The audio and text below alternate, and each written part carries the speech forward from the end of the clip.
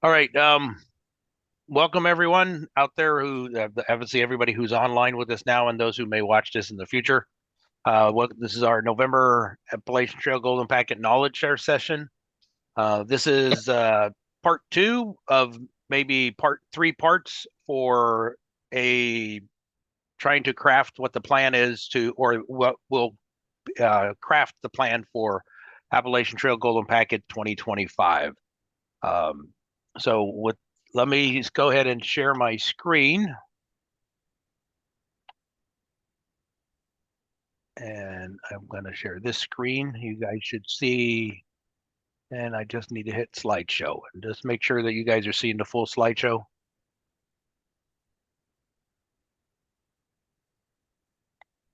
I'll assume Not yet. Yeah, I'm only seeing your video, no slideshow. Yeah, so you got to do share and yeah, I did that, but apparently I didn't do something. So so yeah, screen two, yeah, you share. gotta there you go. Now it's There we coming up. go. Okay. All righty. All right, sharing the screen. All right. So it's like I said, it's a continuation of last month we kind of went through a bunch of things. So a couple different potential options, everything. So we're just going to get a kick into this is going to be a short presentation followed by just a kind of guided discussion, but it's really to have a dialogue with those who are in attendance. So just like I briefed last time, this is a throw some spaghetti, see what sticks on the wall, see what interests people last time, and we'll hit the slides and we'll go from there. So same as last time, didn't change. It's me, Ron KB5LNC, out in Stafford County, Virginia. Um, Basic agenda for today, welcome. That's what we're doing right now. How are we going to get here from here to there? Do a quick review of the Appalachian Trail Golden Packet October knowledge share.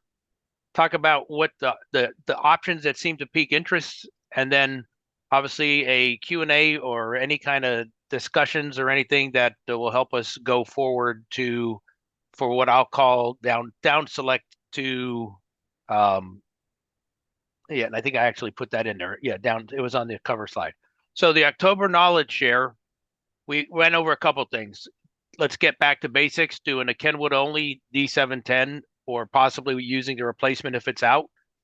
We talked about 1296, talked about using an external TNC connected to the D710. Talked about the potential of maybe just doing an appliance only event with your radio, your choice. Um, we talked to Kenwood D710 or its replacement, get the thing up and running, and then start doing something else with it, like it was all like that network was always set up, and what could we do with it? Maybe talk to um, other hams that might be in the area that might go up on the trail during the day, and possibly putting some APRS stuff into the system. We talked about what I call wreak havoc, doing a stress test to see what it would take to oversaturate. Obviously, it won't take a lot, but depending on what we have and what we would want to do, and if we tried to control it.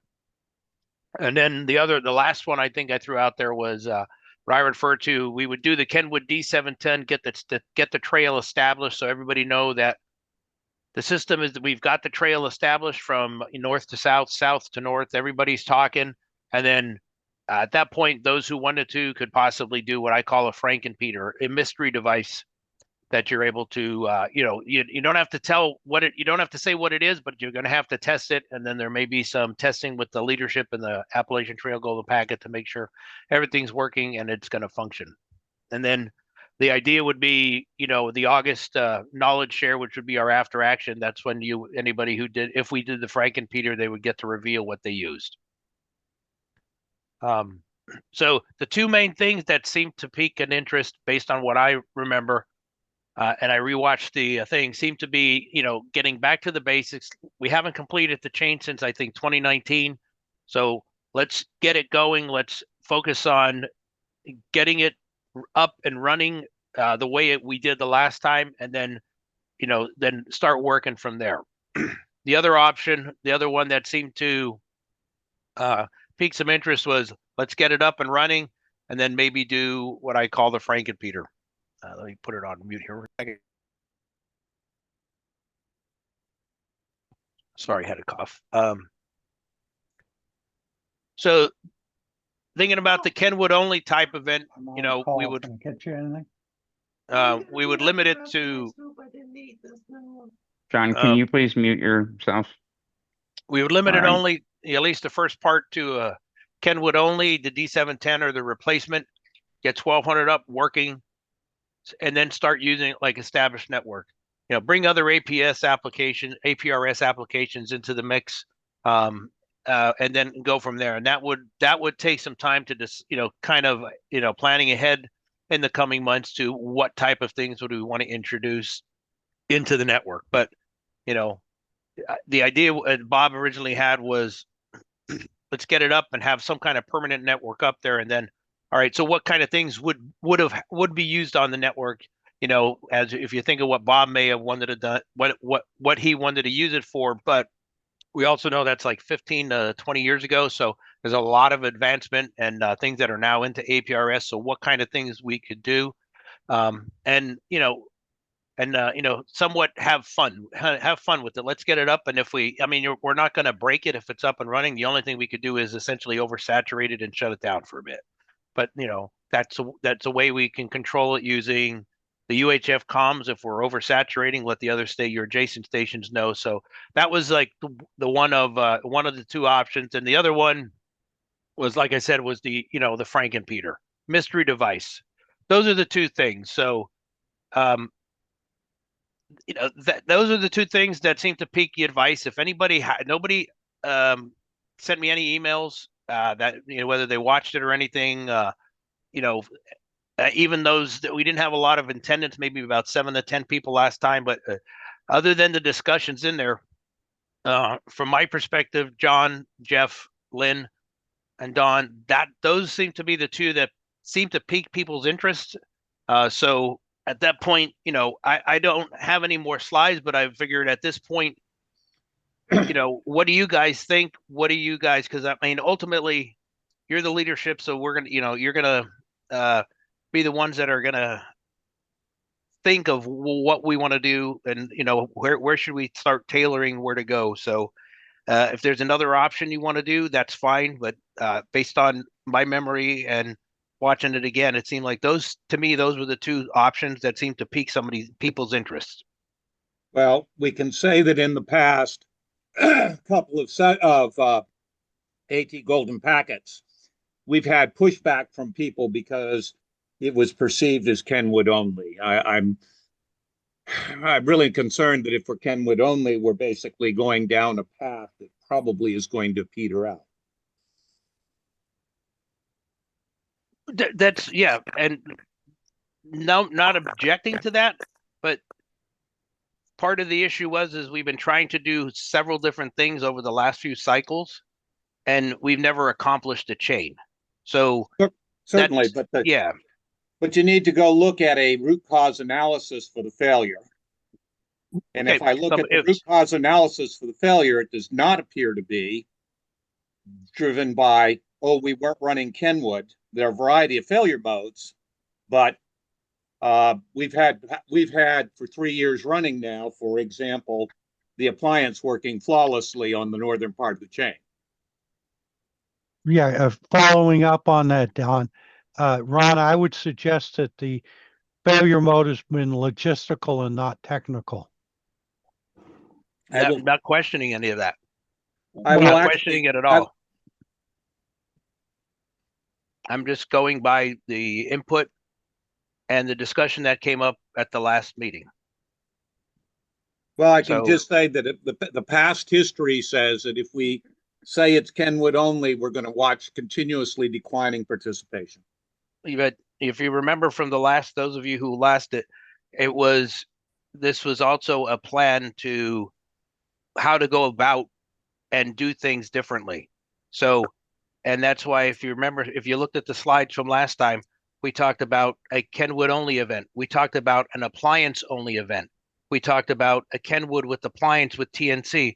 We talked about 1200. We talked about 9600. We talked about dual paths, 1296 with two different setups, We talked about different antennas. We talked about different sites. So a lot of that stuff was brought up, and we talked about we would look at doing something different every year, not necessarily go back to Kenwood, but we haven't completed the chain. So what I did is I put together a bunch of options, and all I'm telling you is this is the feedback I got. So you've asked for feedback. I'm telling you that we've had feedback for 3 years of people concerned because we're Kenwood only. And I bring it to the table, and you can use it or not as you prefer. Yeah. And we're not I'm not in the talking about decision process. I'm just going by, the briefs. Yeah, and we're not talking about a multi-year saying Kenwood only. This meeting is specifically focused on Golden Packet 2025. What are we going to do this coming year to try to make sure we actually accomplish the goal of the event? Guys, I think there's two things here. There's apples and oranges. In other words, Ron, you came back with the technical preferences. What do you want to do? Different things like that. And so that's technical. And then there's the logistical. So if the primary failure mode is logistical, if a guy's not going to be on his mountain on time, it makes no difference what gear he brings. Yeah, or better stated, it doesn't make a difference what gear he didn't show up with. Right. And I guess my thought is if we were assured that everybody was going to show up on time, be fully set up, fully tested their gear, and was really ready to go, had the voice comms with the alternate mountains, all the stuff we want. If we had a high degree of certainty that was going to happen at the appropriate starting time, I would suggest that we could be very flexible as to what gear they bring. So maybe that's how we address the root cause analysis that Don brought up, and the fact that, yes, the failures last year were not technical, they were logistics. So maybe one of the focuses for 2025 is to really push hard to have signed up redundancy at every site as a way to try to make sure we have at least one person show up at every site on time. Hey, Jim Conrad, I have a question. I missed the last meeting. What was the logistics failure with the previous event? Because I wasn't aware of any. The two that I immediately comes to mind, and you need to actually go back and play the post-event analysis one, not the last meeting, was we had two sites that ran into issues with their mobile radios and switched to HTs, and the HTs did not have the power and decode capability to make the links that they were trying to make. Well, I would have to take and say that's partially accurate, but it's also a reason why I switched to an HT was there wasn't any link with the D700. And I've had success in the past using non-Kenwood where I got Kenwood specifically because we went Kenwood only.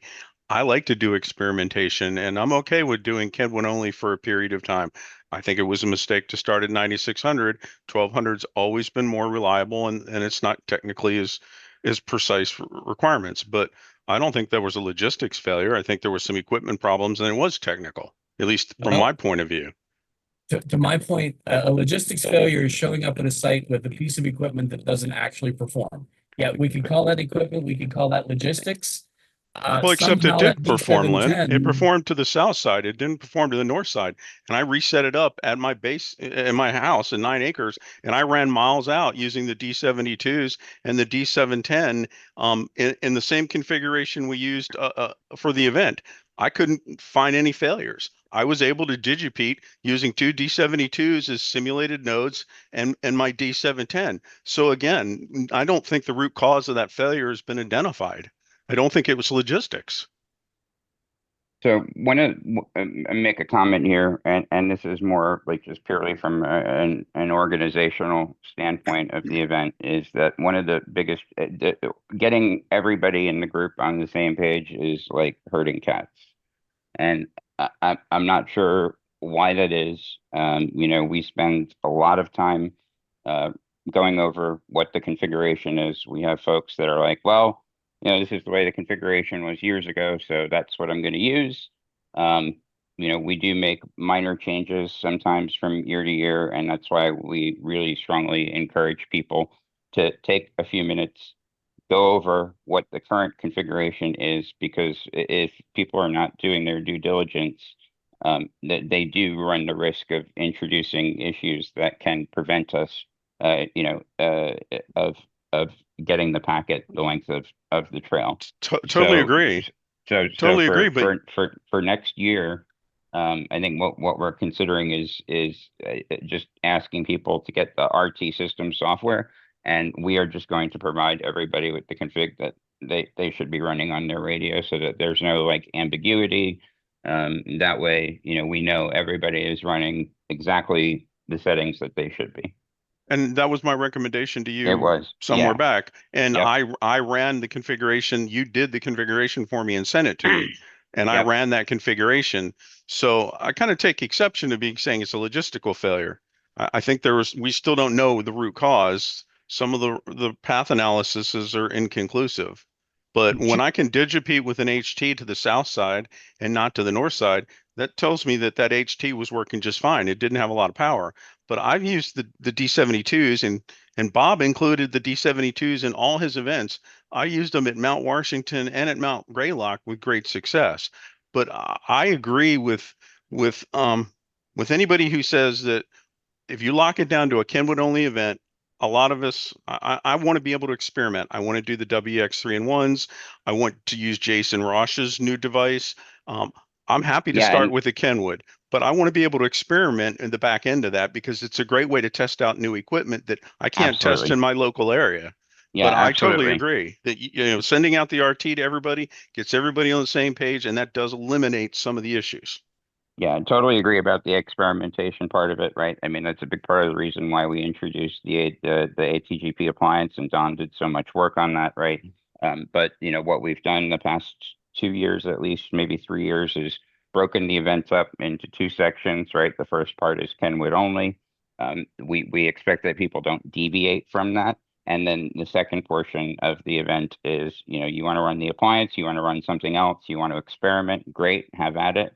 But again, it's like, I don't know, like we found that there were some folks, and I'm not going to be specific about sites, but people who started out with the way that things were recommended, and then on their own decided to like lower their power down to 5 watts because they thought that was appropriate. Lynn and I didn't say to do that sort of thing. It's like, I don't know. It's kind of frustrating with the amount of time and effort that we put into this. That there's, I can understand and appreciate wanting to think outside the box.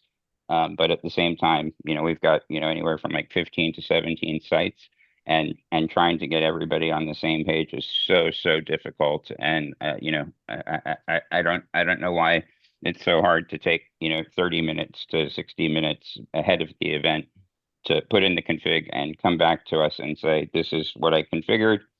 Everything is exactly right. And so, yeah, your idea about RT systems like hit the nail on the head.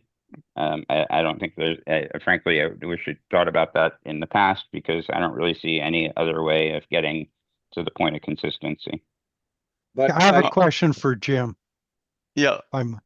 Jim, leaving aside last year where the root cause is open, well, let's just assume it's open. Would you agree that in the 6-7 years since we last did successfully pass the packet, that the majority of the failures have been logistical? I can tell you, I was one of the failures some years ago before we moved up to the state park.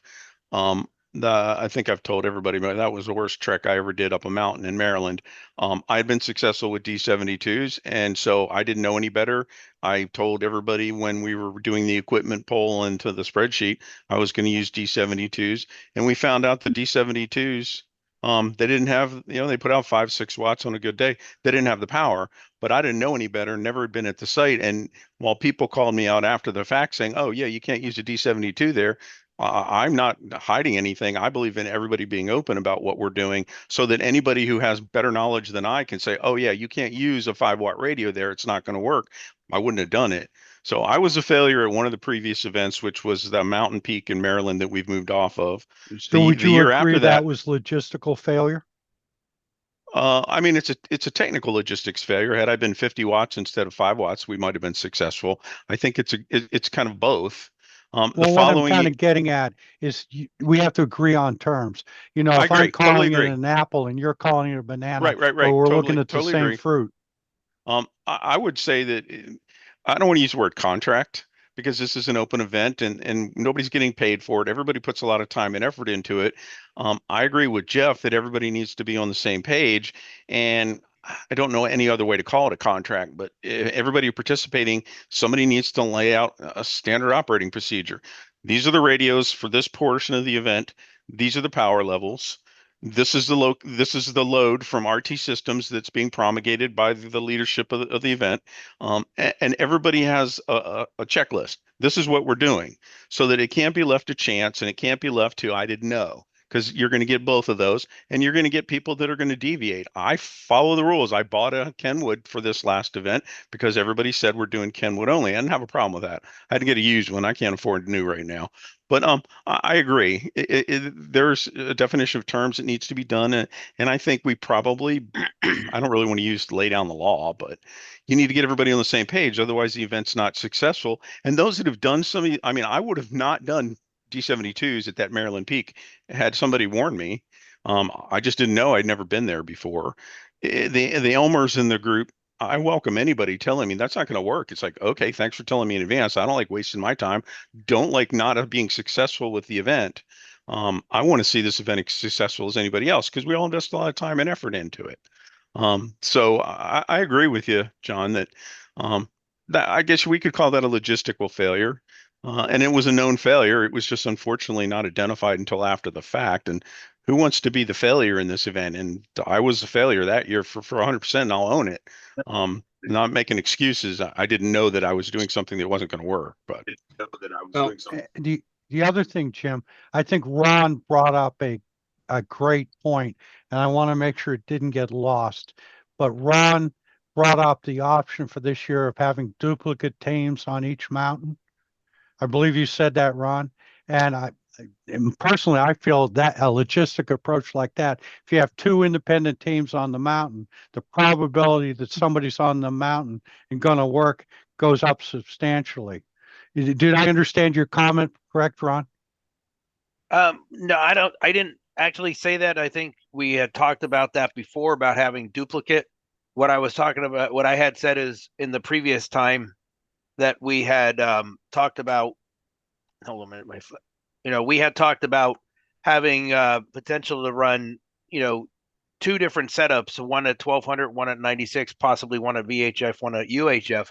But that becomes a huge logistic, when we're having trouble just getting one person or one team at a site, you're not going to be able that adds another level of logistics. And UHF, I think is a problem from propagation. Yeah. If my microphone is actually working, I did bring that up. Yeah. Shortly after, John, you mentioned that it was logistical, and a way to solve the logistical problem is to work really, really hard at getting two teams signed up for every site.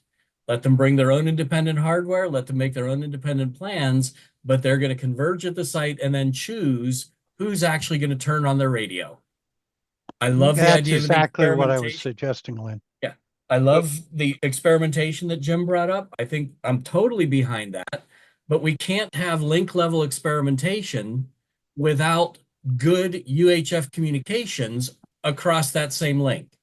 You can't sit on one end and just unilaterally decide, oh, I'm going to try dropping to 10 watts and see if it works, without being able to talk to the person on the other end and find out if he's still copying your packets. Because that was one of the issues we had. We had a link that was receiving everything perfectly fine, but the one down chain from him couldn't hear him. And he had no way to know that because he was hearing things from down south. He didn't realize that south was not hearing him. So I really want to stress hard the link level coordination between the sites on that UHF backhaul channel. I had problems Yes. with UHF backhaul and multiple sites since I've done this. Mount Washington and Greylock, they have great coverage. But since I've come down south, at both times at Granville at the state park, I've used 50 watts with the D72 going to analog voice and trying to communicate with either the north or the south nodes. And I have not been able to raise anybody on UHF. Wait a minute, Perhaps you just using, Okay. You said D72 and 50 watts in the same breath. I'm sorry, D710. I switched the Thank you. D710 to voice, went to the UHF side of the radio. Sorry, my bad. But I wasn't able to raise anybody. And that's been I think UHF, the propagation is different. Perhaps we need to use a voice channel in VHF. No, there's a technical reason why we don't do voice on Yeah, I know VHF decents, because, right? well, not only decents, when you're transmitting on 2 meters on a D710, it shuts down the APRS side of the radio. Yep. So Oh, your okay. station Not aware goes of that. inactive when you're transmitting on 2 meters. That's why we split to the 2 meters and 70 centimeters. Okay. I am by So- no means an expert on the 710s. I bought it for this event and used it a couple times. So if I can go to about 50,000 feet, first observation, I just find this fun. It doesn't matter what happens. Second observation, though, it'd be really nice to succeed. It was fun when I was on the first success. I'd love to do it again. But I'd like to see any changes we make actually focused on making sure we succeed. And I do not see evidence that a D710 only decision with a standard load by RT is going to fix the problems we saw this year. I would agree And with therefore, I'm not sure why I would do that if it's not going to fix the problems we had. And in I fact, agree with you, Don. It does nothing to address the logistics. so I'm stepping back at 50,000 feet, merely saying if we make a change, let's make a change that seriously gives us a chance to succeed, not let's make a change which we have no idea whether it's going to improve anything or not. In fact, we know that it probably won't because we succeeded very nicely on big chunks of the chain on a variety of systems, not D710. So D710 just only with a standard load will not fix what happened last year. I don't know what will, but I can tell you that that won't. Agreed. Okay. I can't gonna have- disagree. I'll put it that way. I got to run. Have fun. Take care. All right, Don. Thank, Thanks, Don. A quick question, if you don't mind if I ask. Where were the drops in the chain? Maryland was a Mountain drop. to GD Hill was the main issue And- on the south side. Yeah, that would basically be in the center, and there was also a drop from Mount Washington coming south. to be fair, Lynn, we did get to the point where we were operational on Mount Washington in both directions, but it was later in the day when we got that working. That is absolutely correct. For that clarification, thank you. All right, so would that be considered technical that they were able to do that, but it wasn't a matter of manpower or such? Well, it was logistics at Mount Washington. I would call it logistics in my definition because a D710 was there, but without the right power cables. That's a logistical issue, not a technical issue. So Yeah, they it's had my to fall back fault. to the D72. Yeah, I was I'm not on Mount pointing fingers. Washington, That's why and I agree. really It was a hesitated to logistical see failure. which site is the problem. Okay. No, I'm not trying to, it's not a blame thing. So I just want to understand what was failing at that link. Exactly. Link. It was a logistical failure on Washington. I was the guy there, and I didn't have I had two 710s, and I didn't have the right power connector. That's why I had to fall back to the 72. Okay. So if you had more power, it would have worked fine, which you demonstrated later, you said? No, I got operational with the 7.2. I never got the 710s operational this year. Every Yeah, other year, I've had the 710s working. Right. He got operational with the 72 by leaving the parking lot and going the whole way up to the top of the peak so that the lower power could actually make the haul. Okay.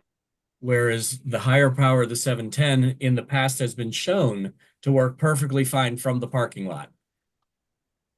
Okay. And where was the other drop in the link? That was Jim N4WFP between GD Hill and Maryland Mountains.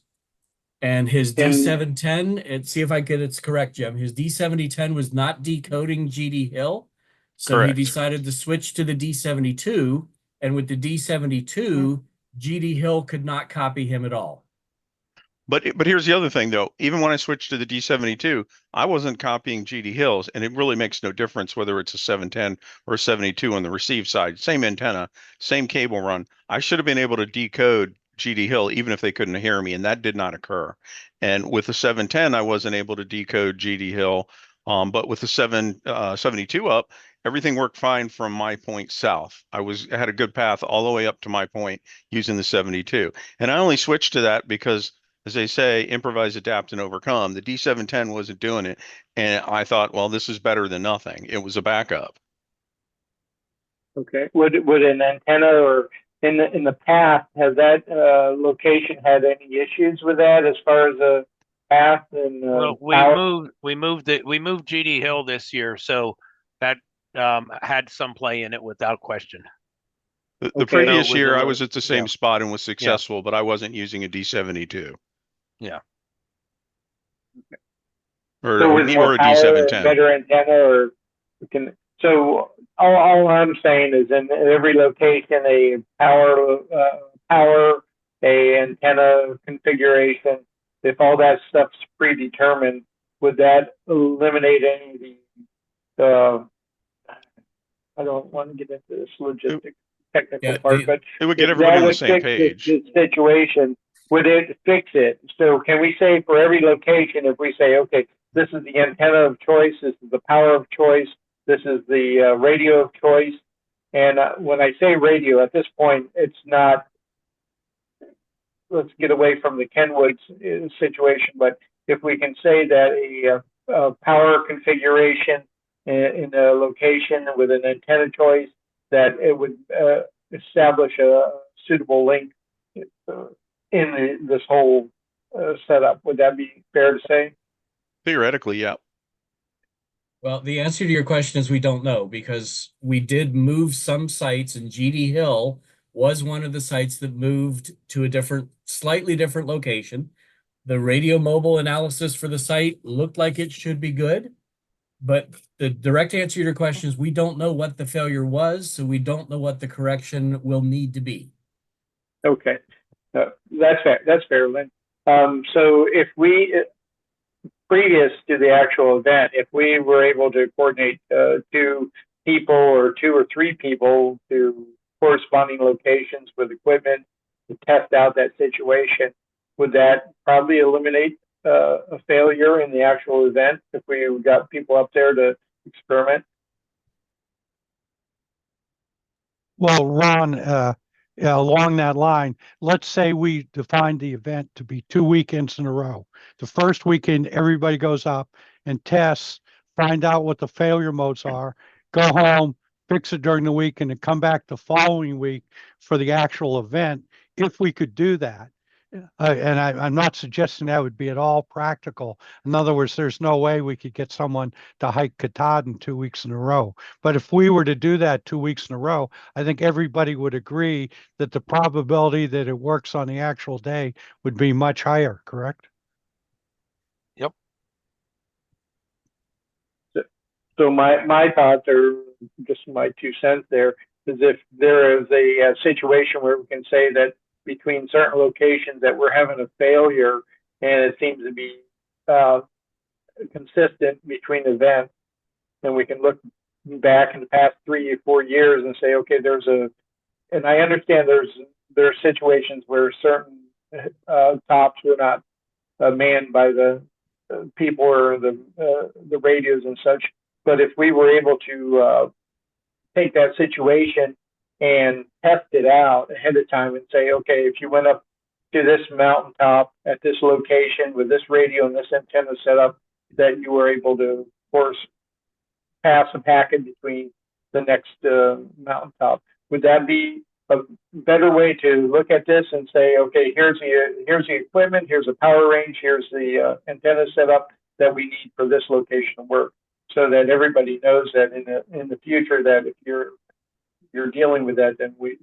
get a better success rate.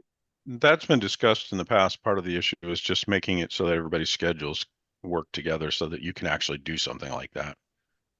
Okay. Because I know personally, my schedule is always tough to even coordinate for the actual event.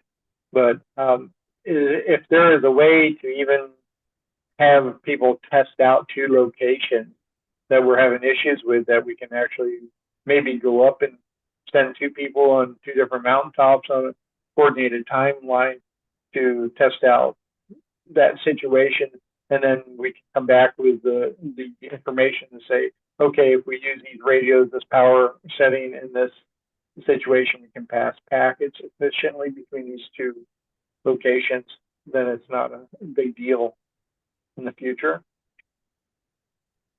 That would be a question. I would agree with you.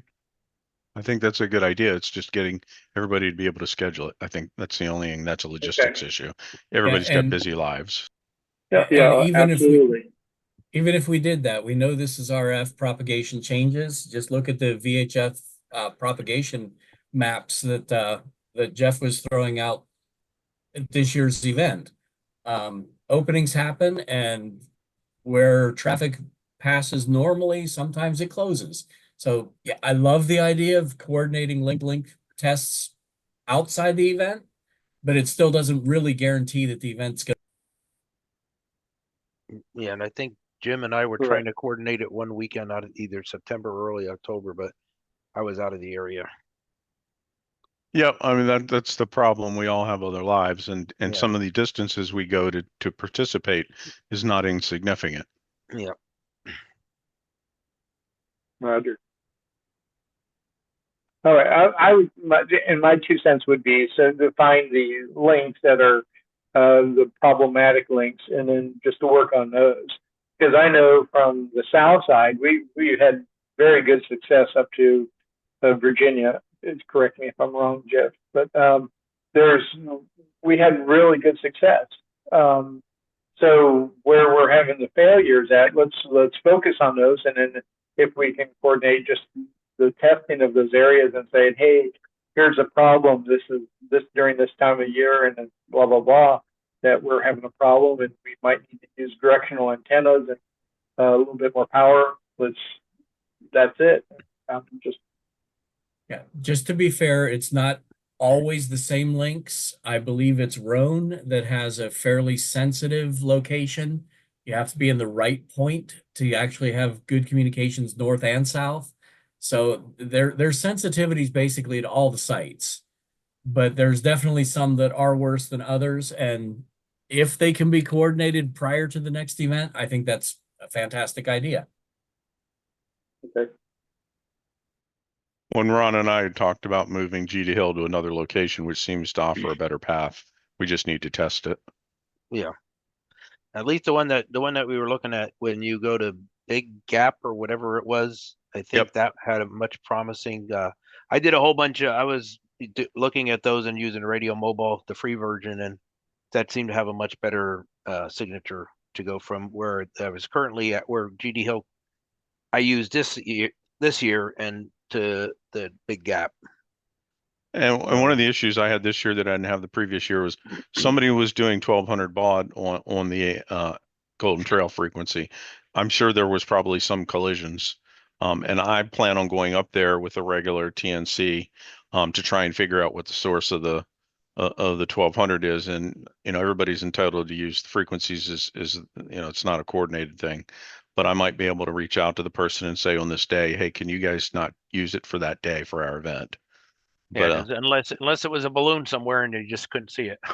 No, it wasn't a balloon. It was solid almost the entire event, but it was not consistent. It wasn't blurping out every 2 seconds or 2 minutes, but it was consistent throughout every 5 or 10 minutes, I was hearing 1200. I don't know that that was a major impact, but it could cause collisions. Okay. Oh, that's right, because we were on 96. So I just, if you Right. look on the screen, I just, since we were talking about logistics, equipment, and technical type failures, I just came up and said, since everybody, I think Don had said, one person's talking apples and bananas, but you may be talking about the exact same thing. So I kind of tried to group them into the three different categories, meaning logistics is the movement to and from the location, not bringing what, mainly not bringing what you needed. You got there, you didn't have your battery, you didn't have cables, or you missed it, you were missing something, or a coax or something. Equipment is you had an equipment, it was the equipment malfunction. The radio stopped working, you burned up, your power supply is not working, your battery isn't charged completely. You had an issue with your antenna or the coax or something like that. And technical is something from everything, it was like a technical issue, meaning you misconfigured the radio, you didn't actually test it, so you didn't know if it was going to work. Or in some cases, you go up on the mountain and you borrowed somebody else's radio, so when you wanted to change from what you needed to make a change, you weren't able to do that. So I just kind of tried to group them into those three categories, whether you guys like them or not, but I think it's at least that helps. That helps in definition. Ron, many of your technical I would call logistical. In other words, in logistical is, did somebody run through the checklist prior to going to the mountain to ensure that everything was properly configured? See, I view that as a technical because you didn't configure it, you didn't test it. Logistics from my military almost 40 years of doing it. Logistics is, did you have the stuff you need? Do you bring it? Transportation of things, transportation of people, the movement of stuff here and there, or do you have the stockpile of stuff that you need? When you got there, equipment, so that's kind of where I was going. Whereas technical is more of, you had the stuff, but you just didn't, it wasn't, you had a misconfiguration or you weren't able to do it. So that's my view. You guys can change them however you want. I was just trying to, logistics is more the movement and, people, people, the movement of people, movement of equipment, movement of things like that and you going from your home to there. Like if your logistics could be, you got in a traffic accident somewhere, you weren't able to make it. So that would be a logistics failure. I like the distinction. I think having the three categories is better than lumping technical into logistics. So you guys, they're on the slide. You guys, the slides are in the folder in the November knowledge share. I just added this one in there. So it's in there. So you guys want to edit them and change them, you're free to do that. I was just like, from my standpoint of having to deal with, technical equipment and logistics for since I was about 19 years old. That's kind of how I broke it down. The three provides a little better granularity. Yeah. Can I ask you a question, Ron? Yeah, absolutely. Like in the Coast Guard, one of the things they do with the boats on the radios, they have secure communication. So once a week, they have to take a device down to the boat and load that week's password or security code. Yeah, like the kicker, the koi they used to do in the KY-18 or KY-58 or something, I think. Okay. And when you do that, you do a radio check to make sure it works. Yep. So question is, let's say somebody loads the code in the boat, doesn't do the radio check, goes out on the mission, and communications failed because they loaded the wrong code. Where would that failure fit in here, given that they failed to do the radio check before getting underway? I would be that, to me, that would be technical, because the logistics, they got the equipment, they got it all there. They got it there. They just never tested it. The equipment worked fine, as it should, based on what it was, but it was a technical issue if they loaded the wrong code and they didn't know it, and they never, the old not tested prior. Right. So it's a twin point of failure. A, you loaded the wrong code, and B, you had a failure that you failed to test. Yeah. Now, if the guy fell down and broke the on the way there, that would be logistics. Right. If the equipment broke, then it would be an equipment issue. But a technical, because he loaded the wrong stuff and never validated the load was correct. Thank you. The That wrong helps. crypto, the wrong crypto is actually, that's a classic misconfiguration under your technical. Yeah. Somebody misconfigured, grabbed the wrong crypto and loaded the wrong crypto. Yeah. Yep. Yeah. And that's why, and then because they didn't test it, they didn't know they had it wrong. Yeah, unfortunately, I was the CMS custodian for my squadron when I was a lieutenant. Happy to get rid of that one after about a year and a half. I feel for you. I did it for the Navy for a little while. Never want to do it again. And I just transitioned from Army to Veterans Affairs, and they had talked about doing ComSec. It's like, I'm not doing that ever again. Yeah. Well, I mean, you know, when I did it, it was, you know, we'd get a box every month and then we'd have to destroy all the other stuff. And, you know, I think it was like 4 times the entire time I was a custodian. I had to actually, most of my work was cataloging the stuff coming in, destroying the stuff and catalog, you know, whatever you want to call it, documenting it was going out, and then sending a message to, so I forget where DC, whatever it was, and letting them know that we received our stuff and we destroyed the other stuff. You know, that was the majority of my work. You know, mistakes were Lynn, not tolerated either. Lynn, correct me if I'm wrong. Didn't we have a station that was broadcasting their own SSID and Yep. Yeah. Yep, that was a tech. Yeah, I would put that one as a technical issue. Now it didn't. In theory, it didn't prevent it from. In theory, that wouldn't have prevented it from happening because if they had the right paths. But it adds confusion to the mix of all of a sudden you're seeing a weird call sign coming through. So could we isolate down the areas that the failures that existed in that are, how would you say, problematic? Mountain tops? Is it possible to do that? Is there some that are completely 100% no problems, and then there's others that are more problematic? Absolutely. Yep, that's one change in GD Hill previous years was in the top of a 65-foot tower that was on a public park, you know, where people are, you know, and it was a vertical, is it 6 or 8 ladders? I forget how many. I think it was 8 ladders that you had to go up, vertical ladders, and you had to get to the top. But you had foot traffic of people coming up and down all day. If it rained, there was, you know, you had to deal with weather, and you have a metal cage around, a wrought iron metal cage around you. It was a good RF wise, it was a good location, but in the spirit of Bob, it wasn't a place that we were, you would think we'd ever get a permanent thing. Whereas the 501 shelter up on the mountain near Pine Grove, there's an actual people live right there. I forget what they call them, but they take care of the trail. They live, they're paid to live in the home there. They let you come up and do that. So there was a place where you could actually set the equipment up and make it permanent there. Caretakers. Caretaker, yes, that's the word I was looking for. I just couldn't think of it.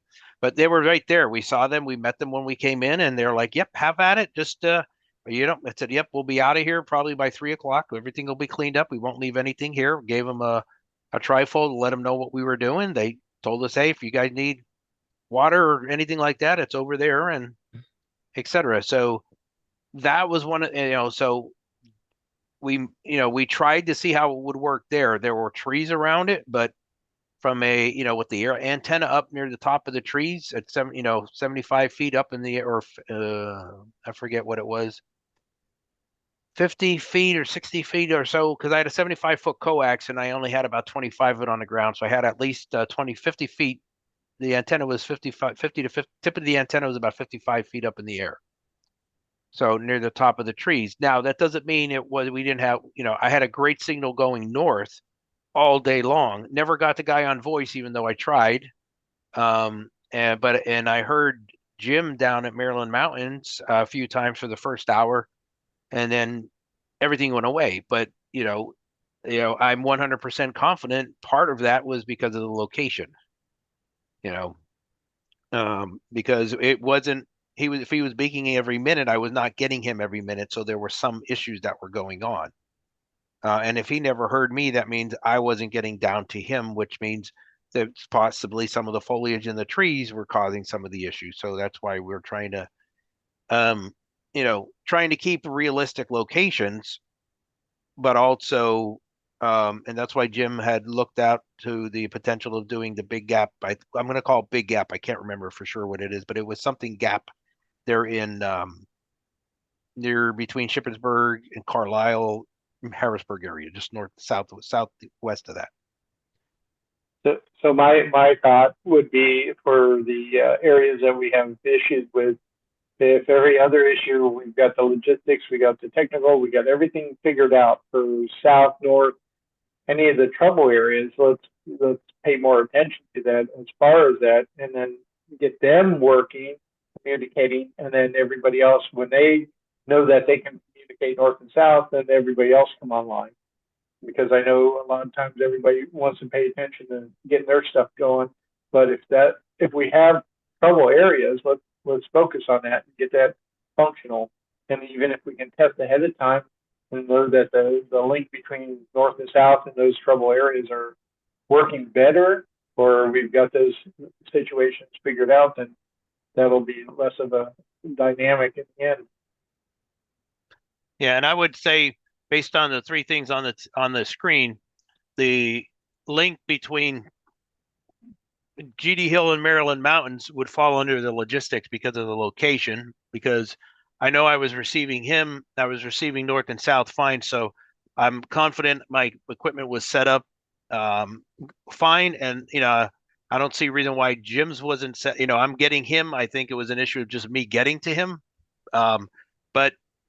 And then the issue where the person changed it from 50 watts or down to 5 watts or 10 watts, I would put that into a technical technical issue, because it was done and then they changed the configuration by lowering the power.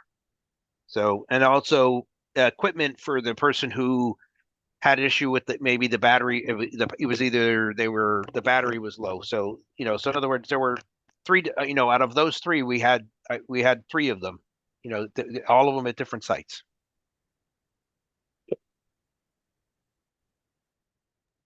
And Ron and my intent is to go up there and do exactly what you're stating before the next event. Yeah. That's it. And I'm going to actually try it initially from the parking lot with the mast on it, because that's just a little bit lower. So if I can get you a big gap at the lower site, then when I go up higher, it's fine. But if we can't make contact at the lower, then I'll just, because I'll have it in a backpack. So I'll just take the backpack and move it up to the higher location to verify it works there, and use the slingshot to get up in the trees again. So besides UHF communication, is cellular an option? Yeah, Jim and I could talk with cellular.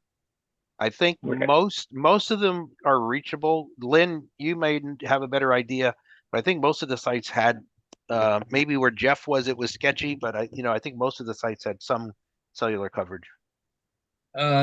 Most I would agree with. All is definitely not true. I don't remember off the top of my head which ones did not have cellular. I think most do. White Rock might have had an issue with it. And I was going to encourage you, you probably already thought of this during your testing, but to test that UHF comms, as well as Shakedown 12 and 9600, if you have enough time while you're out there doing this check. Yep. Let me throw another little caveat in the loop here. I've acquired a Starlink Mini. So if any of the sites would make use of it as far as comms go, as far as communication goes between somewhere north and south, if there's any areas that have an issue with the UHF link, it's just a side thought that would help. Just if there's a way to communicate between the sites north and south of you and say, hey, listen, I'm doing this, I don't hear this, and you can keep that communication going, I think it would make your setup or make use of the technical part of it to figure that out. Well, the other great thing if you have a Starlink is you remember we had some of the sites run receive only iGates during the last event that reported directly to Lynn's server. That way in real time, Lynn could see the traffic at those mountains that ran the receive only iGates. And if you have a Starlink, you could be running one of those receive only iGates, which I believe, Lynn, you might want to chip in here, but wasn't that particularly helpful for you? Yeah, the more RF feeds I get that are not dupe suppressed is the more I can tell what's going on. One thing I've recently learned about the Starlink, it probably doesn't apply to the usage here at the Golden Packet, but Starlinks run 100% on what's called CG-NAT, carrier grade NAT, which means you cannot run a service on the ground side of a Starlink. You cannot, there's no such thing as port forwards. There's no way to open any ports. Starlinks are client-only devices because of their use of CG-NAT.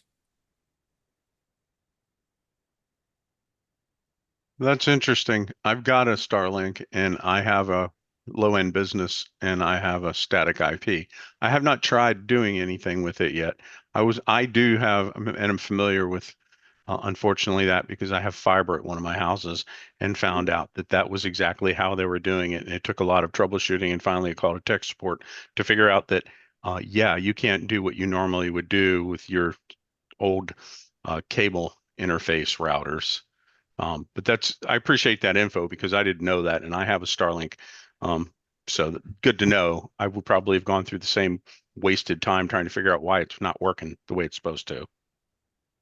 Yeah, if you I Google would for say Starlink if you CG-NAT, it'll you tell have a you the static, IP address range that they use, and you can so tell if if you have you're a static IP, then you are most likely not subjected to CGNet. CGNet is going to be used for people who are coming from, dynamically assigned addresses. Uh, But if he's got a static IP, then he's literally got like a one-to-one mapping. Well, except that I have fiber, which you've probably never heard of it, but Metrolink, I got it in my Norfolk house, and they do CGNAT, and I have a static IP through them, and it still had the issue, and that's why I scratched my head because, like you, I thought, okay, I got a static IP, I'm golden, and after a day of troubleshooting and not figuring it out, I called the tech support, and they go, oh, we use CGNAT. I'm not a network engineer, but I've been playing in IP and networking for a long time. At that point, I didn't even know what CGNAT was. So they explained it to me That and I is what I figured it do for out. a living. Yeah, that is what I Okay. do for a living. My company does CGNet. I don't believe that but everybody runs their network differently, right? So But yeah, I mean, that's sidebar discussion here, but yeah, I have a Starlink and would like to do the same thing. I think it would be really beneficial to Lynn in his data collection. it gets back to that definition of terms again. What some sites call a fixed IP or a fixed IP doesn't necessarily mean it's a public fixed IP, which drives me crazy. It's that terminology thing again. Ron, maybe we could schedule one of our future monthly meetings between now and the event and focus on how somebody can set up a receive only iGate on their mountain to feed Lynn. I think that would be Yeah. worthy of a session. No, yeah, we can do that. I do, just FYI, I reached out to I may have said this in the last one, or I may have sent an email to a couple people, but for an upcoming knowledge, either January or February, I reached out to Glenn, who does the Packet RF forwarding network and the East Coast Packet Network, or one of the two, or they're combined the two.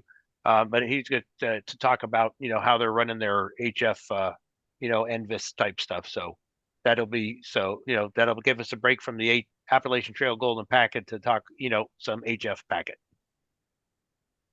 Roger, I love that. Yeah, that sounds like Nice. fun. And Look Ron, forward to that. if that's So your it- IS-32 screen, Yeah, it's do got me a favor. it's got FireNet and everything on there for you. Yeah, toggle on Absolutely. configure scroller show iGate digi. Configure Scroller iGate digi. Oh, Thank you. So that is actually, I remember you talking about that, but I couldn't remember what it was. So that's saying where they're coming from. Yeah, what the last thing in the path was. So if I disable those, it might actually freeze it. Yes. Okay. All Well, right. there's an easier way to freeze it too. Go to configure scroller. Freeze on click. Okay. All right. So let me turn on my cool stuff. You must know the guy that wrote that software. No. This is I'm so good at this stuff that I figure all this stuff out myself. Or I listen to Lynn and Jeff talk about stuff. Yeah, but you didn't check the freeze on click yet, so it's not going to work. Yeah. So now I'm going over here. And now if you click on the scroller, it'll stop. And you click somewhere else and it'll pick up where it left off. Got it. Okay, yeah. Wow, that one actually changed right in front of my eye. Yeah, yellow means it's close to you.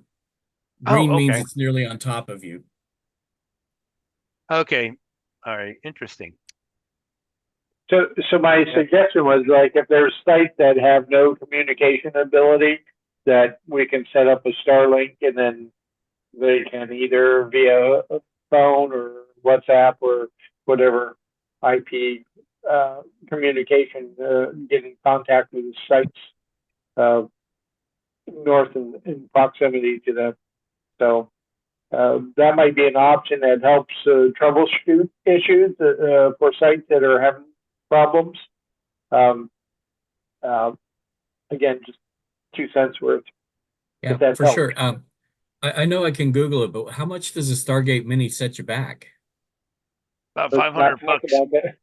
7 a month, or just for the hardware? I mean, there's a charge for the hardware, and then there's a monthly service fee, right? Yeah, there's 2 monthly service fees. One of them is what, $65 for 50 gigabytes. No. $50. And then $50. Yeah, 140 unlimited for unlimited 40. Unlimited. I pulled it up today and I was looking at it literally. But there's going to be a cost difference too for business class versus, Yeah. This was just person. Yeah, the person.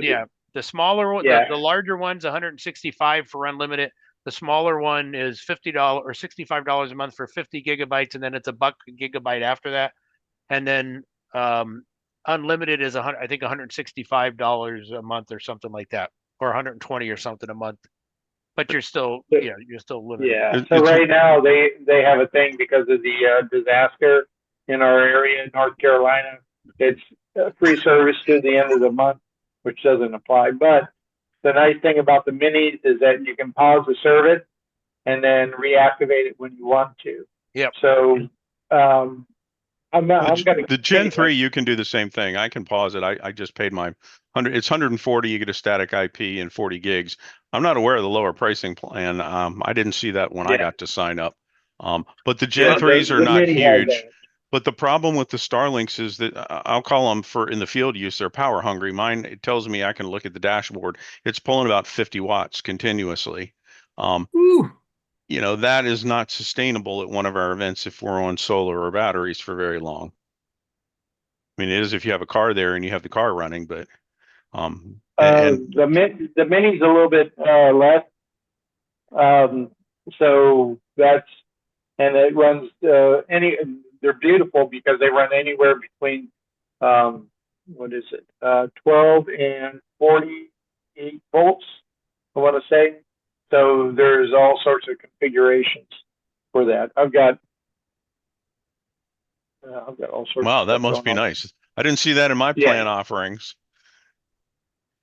Yeah, so those are the new plans. The residential 120 unlimited, 50 for the roam, and 165 unlimited. And then if you have a boat and you're going to go out, they want to get you for the boat. Business is a little different, like Jeff said. So.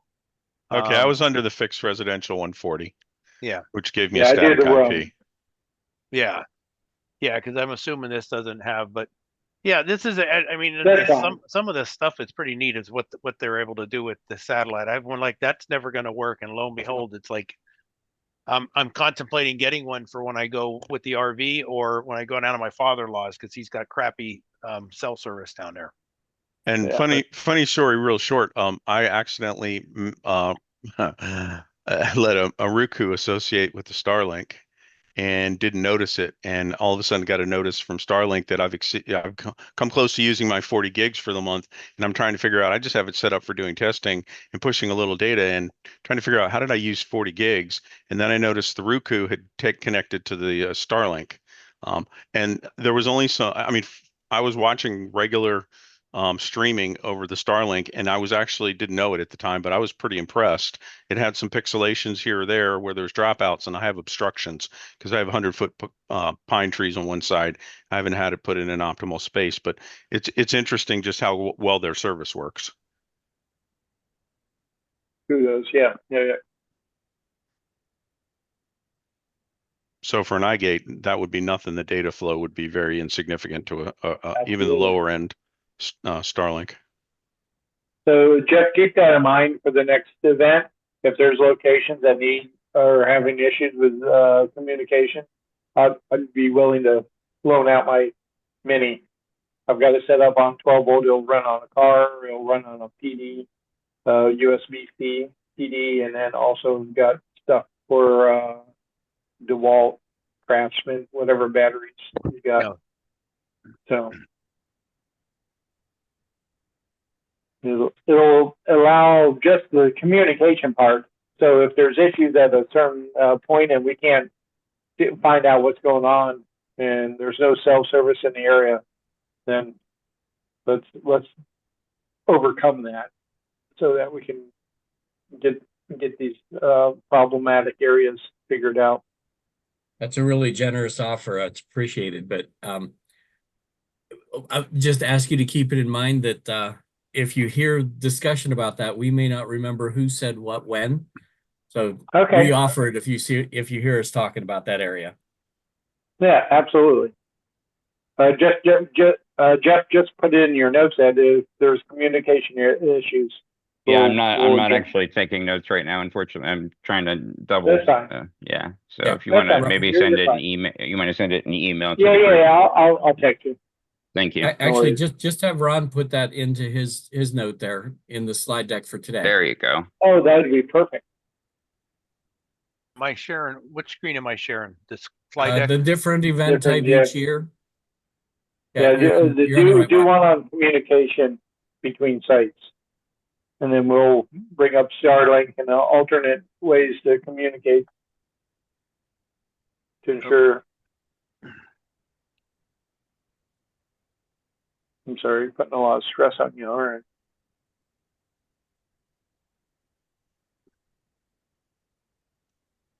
No, I would like to see success. I've never been in this event as far as from the beginning, and I look forward to figuring out the problems, and that's my general understanding that it works. We know it works. It's been demonstrated to work. So let's go ahead and get over all the problems. Yep. If somebody wants to, they could actually take an NVIS antenna and HF up onto the sites. Yeah. They'd have to coordinate that with their adjacent sites to make sure there's someone on the other end that can hear it. Well, there's APRS. So.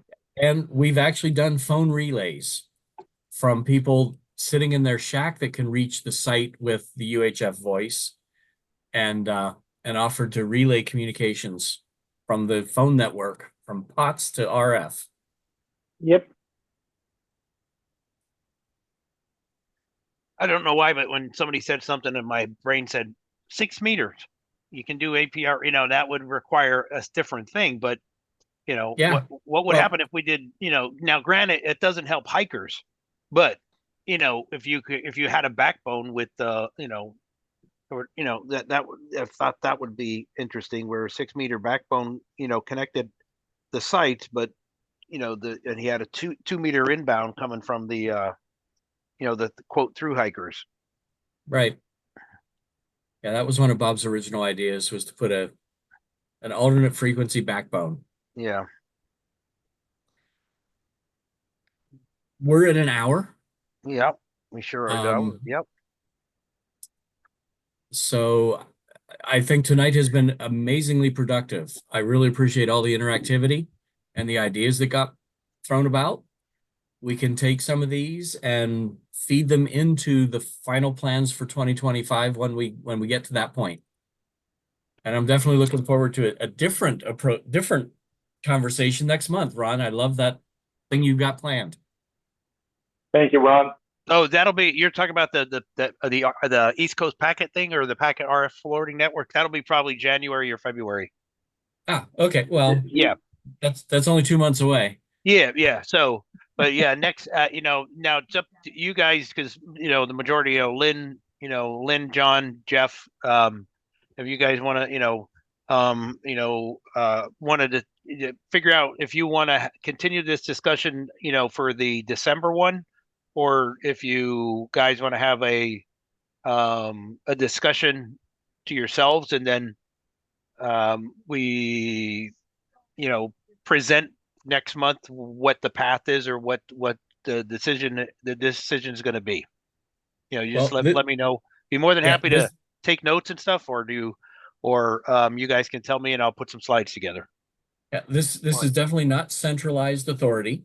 So I'm just going to throw into the ring that let's plan next month to be similar to this month, but with a focus on making the decisions of what we want to do for the 2025 event. Okay. Lynn, maybe golf clap over here. Long range planning. Put Mesh-tastic there under communication. Lynn, in Did you spirit say of the, Mesh-tastic or Spaz-tastic? Laura APRS. Laura APRS, not Mesh-tastic. But yeah, John, you're trying to get a word in edgewise. yeah, I was wondering maybe next month you could show us in the spirit of the season, show us how to use APRS IS32 to track Santa. There was somebody that was putting a Santa object into APRS, but that was a long time ago. I don't think they do it anymore. But that would be cool. Sounds like an opportunity. NORAD Santa. Sure, Just take the feed from NORAD Santa. Figure that out. actually, but in APRS would be cool. Yes. I have been known to web scrape things like the Union Pacific Big Boy when it was moving around and putting that as an object in APRS. And when the solar airplane was doing its circumnavigation, I scraped their site and put that into APRS. So are you putting any of the whisper balloons into APRS? Haven't done whisper balloons. Usually they go in direct because you can transmit certain whisper formatted packets that do get injected into the APRS IS by the receivers. Oh, okay. Hey, Ron, the balloon folks are really good at that. I just want to tell you, Ron, I think you're doing a great job. This was a great meeting, and I want to thank you, Ron. Agreed. Hey, thank you. Like I said in the thing, self-professed APRS addict, got tricked into it by Bob, and haven't turned back since. So I just, if I see something new, I'll play with it. Just like I've been following the APRS, the N76, the Radioddity, those little ones that they just flashed a new KISS firmware onto it that seems to be having some issues, but I play with, I play with that stuff. So I'm nowhere near, I'll never be where like Lynn and Jesus and all those guys are, but, and Jason, where you guys are building stuff and writing code and all that stuff, but I like using it and, finding ways to, learning from you guys about how to do things. And I'd love to be able to figure out where we go, whatever, lack of better words, what APRS 2.0 is, and, instead of, and stuff like that. We wouldn't be anywhere without quality operators. Right. Exactly. Totally. I love the JS8 interface, and I tell people all the time, it's phenomenal. Just because APRS goes into everything. WinLink, it goes into WhatsApp, it goes into SMS. It's awesome. Why wouldn't you do it? Hey, Lynn, question for you. That station that was beaconing like once every minute that was misconfigured, what was the final, I think it was on the APRS one. What was the final verdict on it? It was just a bad setting or something, or? Do you know the one I'm talking about? Okay, I'm drawn a blank. Are you talking about the one that was transmitting all the objects into the APRS IS? I think so. It was like a D station that ended like in an N or an M, and I think they either had something, but it was an act. They did it by accident by having something misconfigured. I think it was in South America somewhere, and somebody figured out who it was and said, "I know the person. It was innocent, and we've got it stopped." So It was actually an old version of software they were running that had known bugs that had already been fixed, and they had not upgraded their instance. Okay, that's right. I do remember something about that now. Yeah, that was finally resolved to being buggy software that was known to be and buggy. That raised the whole thing of how do you get people to upgrade their software when they plug it in and it looks like it's working fine and then they ignore it. Yeah. Yep. Yep. So, okay. All right. Well, I have nothing more. Hey, Ron, one last thing for me, Jim. Yeah. Touch bases with me about your time frame week so we can do that link test sometime in the future. Okay. Yeah, we'll do. I've got a 58 Corvette in storage up near Mount Carmel, Pennsylvania. It's in pieces, so I'm going to be selling that, post it on. So when I have to go clean out that storage shed, I'll see if I can coordinate, or if somebody's coming to buy it, I'll definitely, if I find out when that happens, I got a 68 Mustang up there and a 69 Cadillac I got to offload. I just never got around to them, so it's time to let somebody else have fun with them. Not enough hours in the day as you get older. Yeah, and if you can coordinate or just make that public knowledge of your testing, I would appreciate that. I've got a very busy schedule, but sometimes I can swing away. So yeah, no worries. And what we'll do is we'll put it in once we know we're going to be doing it, we'll post it in the APRS groups.io. And because what we'll also do is I'll bring an iGate, and and Jim I and will will also we'll figure it out. We'll do it on 130, 139.34, but we may just want to do it on 139. And then flip over to 144.39 just to see, how that works. But because then what we'll do is we'll let Jeff and Lynn know, and they'll that we're going to be doing it, so they can capture. Yeah. They'll be able to capture everything too. Absolutely. It's easier if they know when we're doing it, so Lynn can go to his server and pull the data, as opposed to, now, when did you say you were there? Yeah, and Sundays are better for me. Okay, good. That's good. That's good, because usually, weekends are better for me as well. But we'll stay in touch with you, Jim. Okay, I'm only in Maryland Monday. Well, I'm living in Maryland. I'm now working in downtown TC Monday through Wednesday. So I'm in North Carolina Thursday, Friday, Saturday, and come back on a Sunday. But I can leave early. What days are you in DC? I'm living on Fort Meade still, but I'm working for veterans at their headquarters in DC. So Monday, Tuesday, Wednesdays. Oh, no, the only reason is I work in a Pentagon. If you've never been in a Pentagon and you want to come in for a tour one day, I just left the Army. I had Pentagon access. You got it. Okay. Yeah, all right. Been there, done that. Thank you for the offer. No problem. No problem. So I just, as I meet people and doing this and I find out they're in the area, because, you never know their background. Every now and then you run into people. So just like you guys on the call, if you're ever up in the area, let me know let me know about a week or so ahead of time if you're going to be in the area, and I can get a couple people in on a tour. We just have to get you cleared first, and that's not that difficult. I just left Army G6. Yeah. Just so you're aware. Yeah. Yeah. So you don't need to go in there.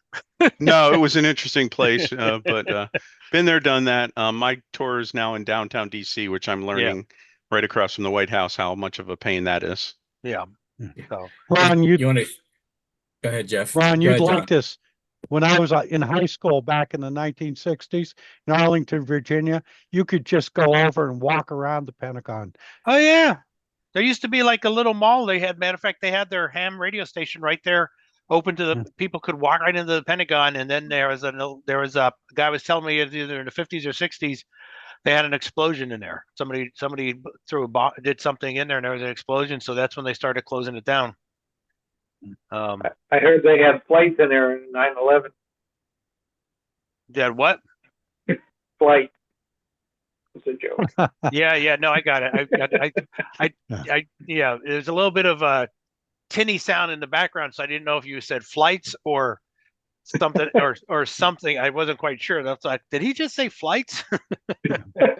They were pretty active heliport too. Yeah. Yep. Yeah. Yeah. So My Did funny we- story about the Pentagon is we were taking a family vacation from Florida to Western Pennsylvania, and my wife, I threw it out. My wife is not a spontaneous person, so I threw it off as we were approaching the Beltway. I said, "Why don't we just drive through downtown DC? It's dark. There shouldn't be any traffic." And this was one of the times the government was shut down, so all the national parks were closed and everything. So she said, "Yeah, why not?" I looked at her like, "Who took my wife and left you here?" But we went straight into downtown DC on 95, finally got off and said, "Okay, so where are we?" And we're trying to look at the map, and this was the early days of GPS. My son's in the back seat with DeLorme Street Atlas trying to figure out where we are. And I finally looked sideways out the window and said, "Oh, we're on the Pentagon parking lot." Oh, that's funny.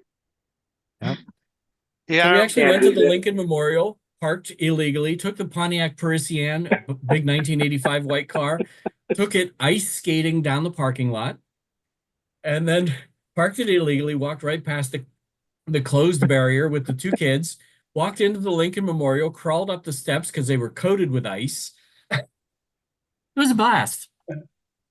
National Lampoon's Vacation. yep. Yeah, totally.